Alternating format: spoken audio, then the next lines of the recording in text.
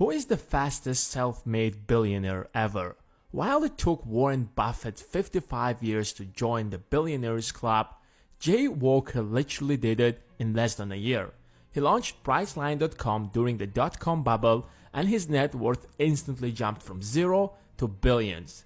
But that wasn't sustainable because when the bubble burst, his net worth crashed as well, while Buffett is still on the top of the list, and he doesn't seem to go anywhere anytime soon. And that's the kind of wealth you want to build. The game of money isn't easy. It's tough, competitive, and ruthless. And if you don't know the rules, you are doomed to fail. The problem with most people is that they might work hard their entire lives, but end up poor at the end of the journey because they don't know how the game works. So if you want to find yourself on the other side of the coin, you better master the rules first. Number 1. Money does grow on trees. I am sure that many of you have been taught the opposite, but the reality is that if you do not operate from this perspective, you will be poor forever. You can't trade your time for money your entire life. That's why you need to plant trees that will earn you money when you are not there. It's not as easy as it sounds. Do you know how difficult it is to plant a tree? First, you need to plant the seed, but the seed is useless if it's not planted in a nutrient-rich soil. The tree isn't going to grow by itself. You need to water it and take care of it, and it's definitely not going to grow overnight. Some trees literally grow for 10, 20, or even 30 years. But once it grows up, it will keep producing fruits with minimum effort. The same goes to assets. Once you build up a business or save up enough to make a good investment, it keeps generating income, even if you're not there. Because at some point, you might get old or sick, you won't be able to sustain your job. So even if you're making like $500 an hour, you could get back poor instantly if you haven't planted enough trees in your garden. Next, there is no limit to how much you can spend. I remember when I was living paycheck to paycheck, I was on an extremely tight budget. I used to think that if I would be making even slightly more than I do now, I will start investing. But what ended up happening is that I just started spending more. In fact, when I started making multiple times more, all that happened is my expenses just kept getting higher and higher. If you do not budget and discipline yourself to stick to a certain budget, you won't be able to save money to invest even if you make like $100,000 a month. There are infinite ways you can spend that $100,000. So instead of constantly pushing that investing line higher and higher, discipline yourself to stick to a smaller budget. If Elon Musk could survive on $1 a day in United States, you will definitely survive with a few $100. Don't get me wrong, enjoy the money you earn with your hard work, travel or do whatever you desire, but stick to a budget that's lower than your income because you have to acquire assets. Number 3. Money is a lifelong game. When I got serious about money and investing, I've had this image in my mind that when I start making so and so, I won't need to stick to a specific budget and I will finally retire and enjoy the fruits of my hard work. But all what happened when I started making that much is that I realized that's not enough and I have to make much more. In fact, even all the passive income sources that I have built weren't as passive as I thought. They needed to be managed. In fact, if you stop managing them, they will stop generating income. Just because you purchased a house, you instantly won't find tenants. If you don't take care of it, it might even turn into a liability. The idea where you create an asset and literally do nothing is just nonsense. Even if you build a successful business, you will have competitors who will try to take you down every single day.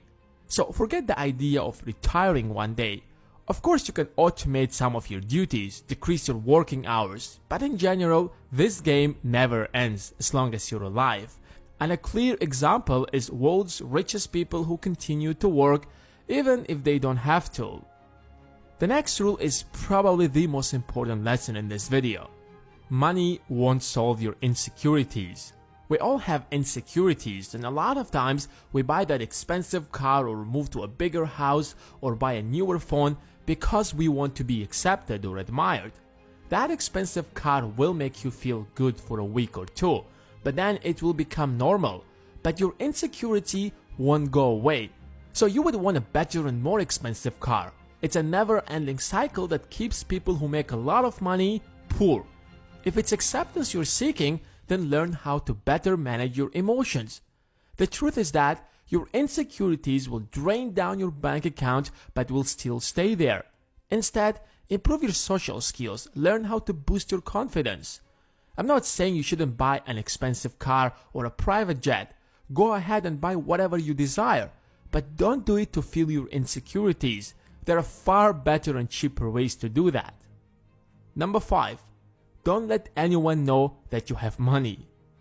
We love to brag about how much money we make. At the end of the day, in the age of capitalism, that's what defines your social status. At least that's how most people think. But the problem is that money is like a magnet. Suddenly people will be nice to you because everyone wants a piece of it. Of course, it will make you feel good and respected, but that comes at a price that's not really worth it. And if they won't be able to get it in a nice way, they will sue you and get it hard way. That's the reality we live in. Even if you, God forbid, make $1 million a year, don't let anyone know. Stay humble, don't brag about it, and keep making more. Number 6. Greatest wealth transfers happen during crises. When the economy crashed in 2008, the unemployment rate skyrocketed because the companies couldn't keep paying the bills. Millions of people became jobless, homeless, and poor.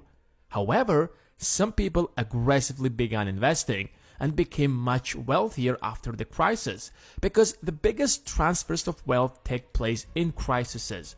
If you're ready to grasp the opportunity, you can become an overnight success. Remember, Jay Walker, whom we talked about at the beginning of the video, who joined the Billionaires Club in under a year, took advantage of the dot-com bubble. Although that his wealth wasn't sustainable, he still managed to keep hundreds of millions of dollars. Another example is Mark Cuban. He even once said, "You have to be lucky to become a billionaire, because if it wasn't for 1998 financial crisis, he wouldn't be a billionaire."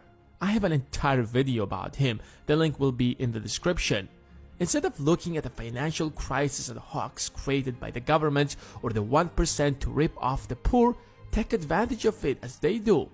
Understand how the system works, study the past crises to understand how and why they start, and be ready to be on the receivable side when the next one takes place. As you get older, your expenses will grow. Have you realized that every single year, one way or another, you spend more and more? $100 was a lot of money back when you were a teen. Now it barely covers your gas bill.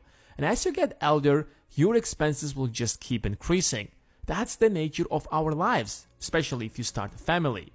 Most people do not bother themselves about the future because they are making a decent amount of money today. But when they reach to a point where their expenses exceed their income, they start complaining that they don't make enough to invest. So if you do not make sure that your income is increasing every single year, soon you will trap yourself in a paycheck to paycheck cycle that will keep you poor for the rest of your life.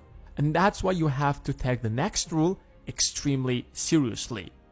Wealth accumulates over time. As you can't grow a tree overnight, you can't grow wealth overnight. Remember, the earlier you invest, the better. With the power of compounding, you can become rich even with $100. No wonder why world's greatest investors started investing at the age of 11. What were you doing when you were 11? Here is a fun fact. You can make your grandchild a millionaire just by investing $1,160, which is equal to a price of a new smartphone. Because in 100 years, without a single additional investment, it will grow to over $1 million. You probably won't live by then, but I am sure that your grandchild will be thankful. Let's say he won't be greedy and will keep it for his grandson for another 100 years. It will grow to almost $1 billion. Of course, it's pointless to wait for so long, but the earlier you start, the faster you're going to reach to a position where you will be making enough to not worry about your bills again. It took Warren Buffett 55 years to make his first billion and just another 3 years to make his second billion. In fact, he made 98% of his fortune after his 55th birthday because of the power of compounding. Here you go. These are the 8 most important rules of money that you should keep in mind if you want to get financially free. So, what's your favorite one out of these 8? Let me know in the comments below. And as always, thanks for watching, and until next time.